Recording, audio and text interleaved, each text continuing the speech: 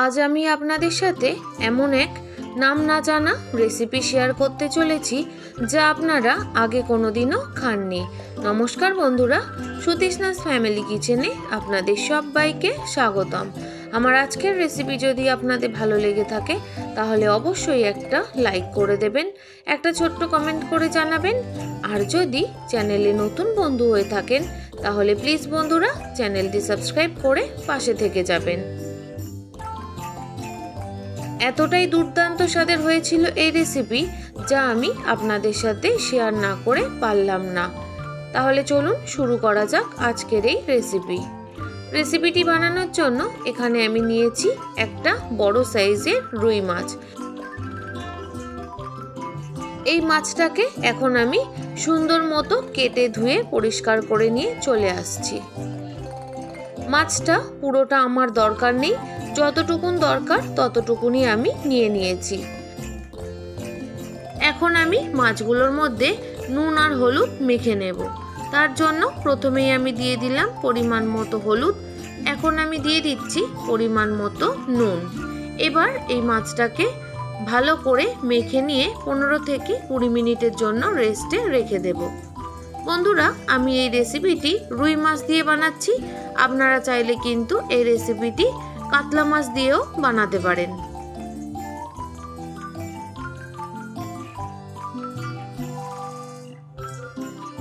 সুন্দর মতো মাছগুলোতে নুন হলুদ মেখে নেওয়া হয়ে গেছে, এখন আমি রেস্টে রেখে দিলাম। এখানে আমি নিয়ে নিয়েছি 500 গ্রাম পটল, সাথে নিয়েছি 2টো টমেটো। এই পটলটাকেও আমি এখন কেটে নিয়ে ফেরত চলে এলাম।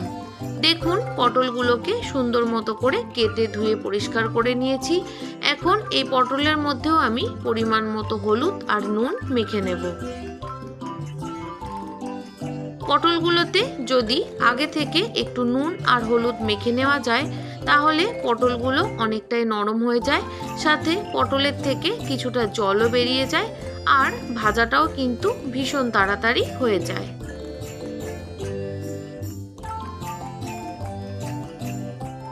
পটলগুলোতে নুন হলুদ মেখে নেওয়া হয়ে গেছে। এবার আমি গ্যাসের মধ্যে কড়াই গরম বসিয়ে দিয়ে দিলাম পরিমাণ মতো সাদা তেল। এবার গ্যাসের ফ্লেমটা হাইতে করে দিয়ে তেলটা সুন্দর মতো গরম করে কড়াইয়ের চারিপাশে লাগিয়ে নেব। এই রেসিপিটি আমি সাদা তেল দিয়ে বানাচ্ছি, আপনারা চাইলে অবশ্যই কিন্তু সর্ষের তেল দিয়েও বানাতে পারেন। বন্ধুরা, তেলটা আমার একটু বেশি গরম হয়ে গেছিল, এতে কোনো অসুবিধা নেই। এখন আমি মাছগুলো তেলের মধ্যে দিয়ে দিলাম।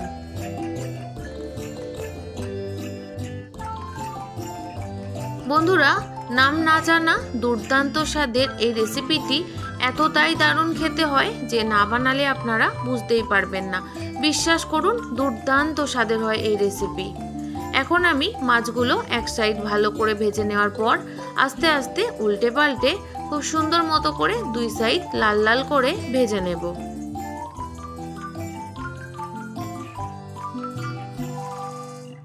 যে সকল বন্ধুরা প্রত্যেক দিন আমার ভিডিওর সাথে সম্পূর্ণভাবে জুড়ে থাকেন তাদের সবাইকে জানাই অনেক অনেক শুভেচ্ছা, অনেক ভালোবাসা। আর যে সকল বন্ধুরা আজ আমার চ্যানেলে প্রথম এসেছেন প্লিজ বন্ধুরা রেসিপিটি ভালো লাগলে অবশ্যই কিন্তু সাবস্ক্রাইব করে পাশে থেকে যাবেন। এই রেসিপিটি বানানোর জন্য মাছগুলো একটু বেশি কড়া করে আর লাল লাল করে ভেজে নিতে হবে। দেখুন, মাছগুলো আমার ভেজে নেওয়া হয়ে গেছে, এখন আমি মাছগুলোকে তুলে নেব।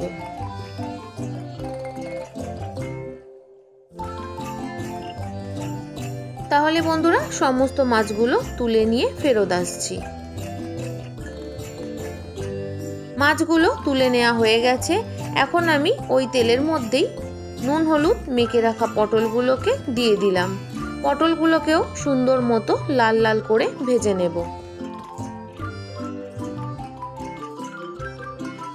বন্ধুরা, নাম না জানা রেসিপি তো আমি আপনাদের সাথে শেয়ার করছি, কিন্তু এই রেসিপির নাম কি দেওয়া যায় অবশ্যই কিন্তু আপনারা কমেন্ট করে জানাবেন।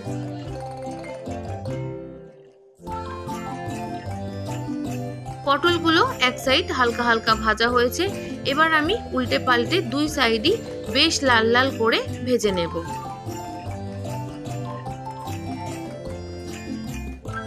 পটলগুলো ভাজা হতে থাক, ততক্ষণে আপনাদের দেখিয়ে দিই এখানে আমি নিয়ে নিয়েছি 50 গ্রামের মতো গোবিন্দভোগ চাল।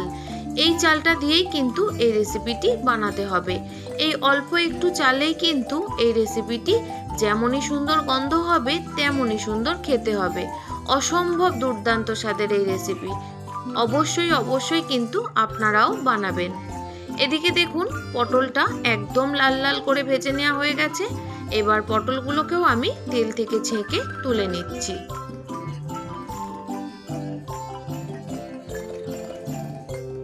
সমস্ত পটলগুলো তুলে নেওয়া হয়ে গেলে ওই তেলের মধ্যে ফোড়ন দিয়ে দিলাম 3টে ছোট তেজপাতা, দিয়ে দিলাম হাফ চামচের একটু কম কালো জিরে।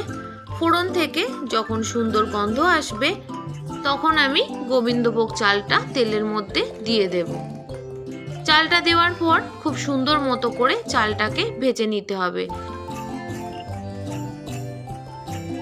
দেখুন বন্ধুরা, চালটা ভাজতে ভাজতে কালারটা আস্তে আস্তে চেঞ্জ হয়ে যাচ্ছে আর একদম হালকা হালকা হয়ে যাচ্ছে। চালটা এখানে আর একটু ভাজা হোক, ততক্ষণে আমি এখানে মশলার জন্য যা যা নিয়েছি 1 চামচ গোটা জিরে, 1 চামচ গোটা ধনে, সাথে নিয়েছি গরম মশলা। এদিকে চালটা সুন্দর মতো ভেজে নেওয়া হয়ে গেছে। এখানে আমি ধনে আর জিরেটা একসাথে শিলনোড়ায় বেটে নিয়েছিলাম, সেটা এখানে দিয়ে দিলাম। এবার চালের সাথে মশলাটা দিয়ে খুব ভালো মতো করে কষিয়ে নেব। গ্যাসের ফ্লেমটা আমি কিন্তু এই সময় একদম লোতে করে দিয়েছি। বেশ কিছুক্ষণ কষিয়ে নেওয়ার পর এখানে আমি দিয়ে দিচ্ছি কেটে রাখা টমেটো। টমেটোগুলো দেওয়ার পর দিয়ে দেব সামান্য একটু জল। এবার সমস্ত কিছুকে খুব ভালো মতো করে কষিয়ে নেব।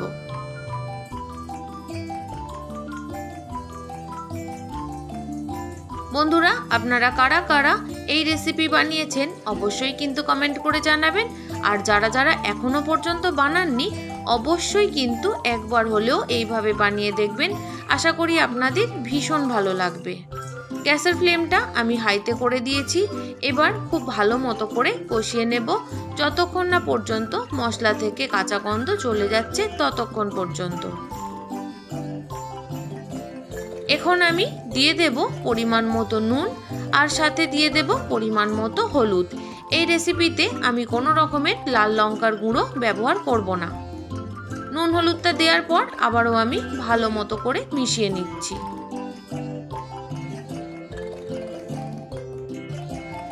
দেখুন বন্ধুরা, কষাতে কষাতে জল কিন্তু অনেকটাই শুকিয়ে গেছে। আমি আর একটু কষিয়ে ভাজা ভাজা করে নেব। ব্যাস আমার কষানো হয়ে গেছে। এখন আমি দিয়ে দিচ্ছি পরিমাণ মতো জল। এই রেসিপিটি খুব একটা ঝোলও হবে না, আবার একদম শুকনো শুকনো হবে না।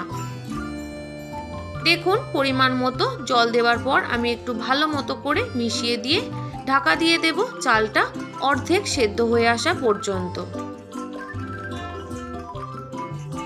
5 মিনিটের জন্য আমি ঢাকনা দিয়ে রেখেছিলাম। এখন আমি ঢাকনা খুলে আপনাদের দেখিয়ে দিচ্ছি যে চালটা দেখুন অর্ধেকের মতো সেদ্ধ হয়ে গেছে। আপনারা দেখেই বুঝতে পারছেন চালটা কিন্তু অর্ধেকই সেদ্ধ হয়েছে। এখন আমি আরেকটু নাড়াচাড়া করে দিয়ে দেব ঝালের জন্য বেশ কয়েকটা পাকা লঙ্কা। আপনারা এখানে কাঁচা লঙ্কারও ব্যবহার করতে পারেন, তবে আপনারা কিন্তু পুরোপুরি আপনাদের স্বাদ অনুযায়ী ঝালটা দেবেন। এখন আমি দিয়ে দিলাম ভেজে রাখা পটলটা দেওয়ার পর একটু ভালো মতো করে মিশিয়ে নিয়েই দিয়ে দেব ভেজে রাখা মাছগুলো দেওয়ার পর আবারও আমি একটু ভালো মতো করে মিশিয়ে নেব।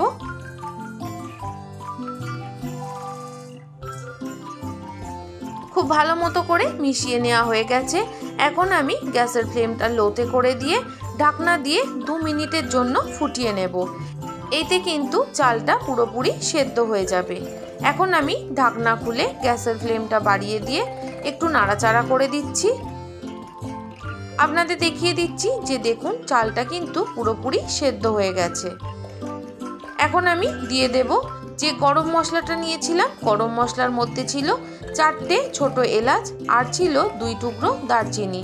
সেটাকেও আমি সুন্দর মতো শিলনোড়ায় বেটে নিয়েছিলাম, সেটা আমি দিয়ে দিলাম। গরম মশলাটা দিলে কিন্তু এর স্বাদটা দুর্দান্ত হয়। একটু মিশিয়ে নেওয়ার পরেই দিয়ে দিচ্ছি হাফ চামচের মতো ঘি। ঘিটা দেওয়ার পর একটু ভালো মতো করে মিশিয়ে নিয়ে 2 মিনিট ফুটিয়ে নিলেই তৈরি হয়ে যাবে নাম না জানা দুর্দান্ত স্বাদের এই রেসিপি। তাহলে বন্ধুরা, রেসিপিটি আপনাদের কেমন লাগলো অবশ্যই কিন্তু কমেন্ট করে জানাবেন। ভালো লাগলে লাইক, শেয়ার, সাবস্ক্রাইব করে দেবেন। আমার সাথে এতক্ষণ ধৈর্য ধরে থাকার জন্য আপনাদের সবাইকে অসংখ্য অসংখ্য ধন্যবাদ। আপনারা সবাই ভালো থাকবেন, সুস্থ থাকবেন।